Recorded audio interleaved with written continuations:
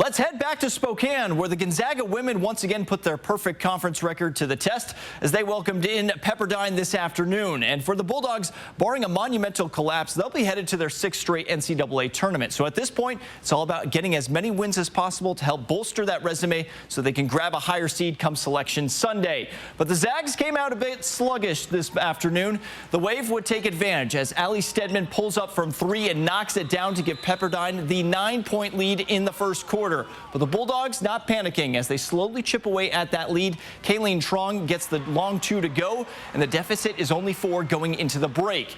In the third, this is where the Zags really start going. They go to work. Esther Little finds Yvonne Ejim in the paint, and she'll finish with the layup. 13 points on the day for Ejim. A few minutes later, Brynna Maxwell receives the pass at the top of the arc, nails the triple as the Bulldogs are starting to open up the floodgates. In the fourth quarter, Zags staying hot. They save with a hot hand. Maxwell hits the 3. She'll finish the game with a game-high 26 points after being in a bit of a slump last week. Then with a few minutes to go, Truong going to be left wide open, and you can't be making that mistake because she's going to make you pay. And Gonzaga finds a way to pull away at the end for their 14th win in a row.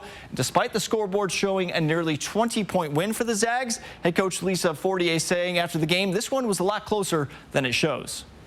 You know, and I think we credit them. They did a good job, but I think we're kind of doing it to ourselves. We were just walking the ball up the floor.